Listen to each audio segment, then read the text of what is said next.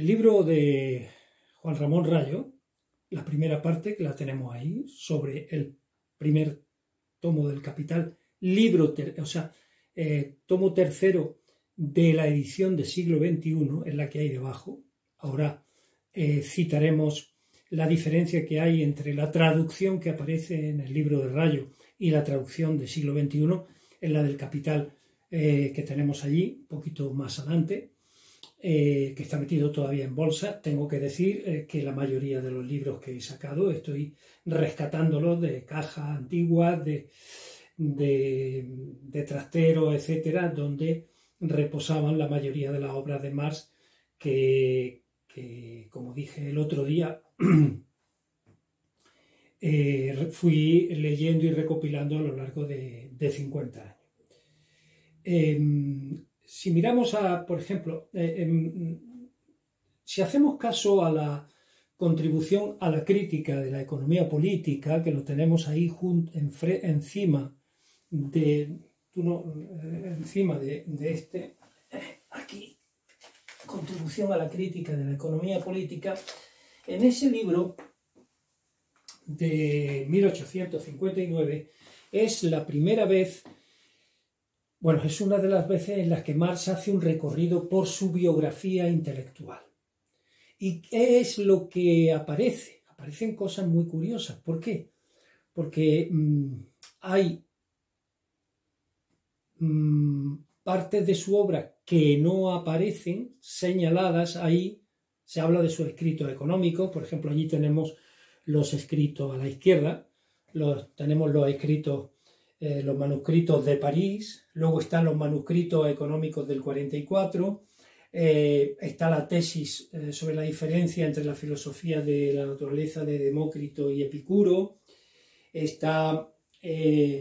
pero lo que en ese prefacio, en ese prólogo a la contribución, que no es lo mismo prefacio que prólogo, como luego lo veremos al situar el libro de 1859 llamado La Contribución, hace alusión en realidad a sus primeros escritos, lo tenemos allí, que pertenecían a una revista, la Gaceta Renana, ahí donde pone En defensa de la libertad, que son los escritos de Marx sobre la primera publicación suya, ¿no? Primeras publicaciones sobre el robo de leña, etcétera, etcétera. Cita después la miseria de la filosofía, bueno, la crítica a la filosofía del derecho, que ahora después sacaremos de ahí, la crítica de la filosofía del derecho de Hegel, y luego pasa directamente a la miseria de la filosofía, que lo tenemos ahí. Es muy curioso porque Marx en ese prefacio hace alusión a la ideología alemana, pero no como tal, sino como ese texto que dejaron a la crítica roedora de los ratones. Luego hace alusión también a Trabajo asalariado y Capital y al Manifiesto Comunista, que está en las obras escogidas, que las tenemos por allí, las obras escogidas de Marie Engels, que las tenemos por ahí. Por supuesto, hay ediciones del Manifiesto, las hay a patadas. Bien, esta es, digamos, una primera introducción. Claro, esta contribución a la crítica de la economía política, es un primer, vamos a llamarlo, un primer precipitado de toda una serie de estudios que están en los elementos fundamentales para la crítica de la economía política, que son 3 volúmenes. Ahí tenemos el primero, el borrador, los Grundrisse, los famosos Grundrisse de 1857 y 1858. Luego viene a continuación las distintas obras de Marx. Hay que tener en cuenta que estos Grundrisse no fueron publicados nunca, que por ejemplo la ideología alemana se publicó en los años 30 y así sucesivamente. Y tampoco se publicaron en vida de Marx, por ejemplo, las teorías de la plusvalía con los distintos volúmenes que tenemos ahí. Ya vimos las traducciones, las teorías de la plusvalía de la editorial Cartago, las teorías de la plusvalía en comunicación, las teorías de la plusvalía en la editorial Grijalbo, etcétera, etcétera. Por tanto, hay una cosa fundamental. La mayoría de los escritos de Marx no fueron publicados en vida de Marx.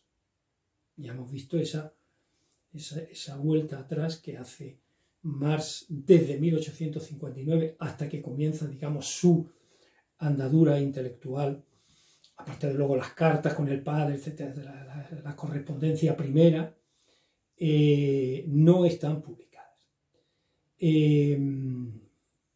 Otro apartado importantísimo son las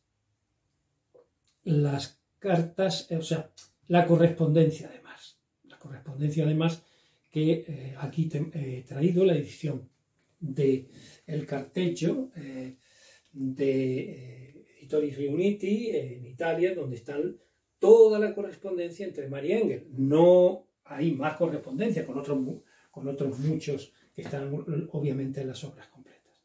Pero si no podemos hacernos una idea realmente si no confrontamos las distintas obras y las distintas traducciones a lo largo de lo que fue la vida de Marx.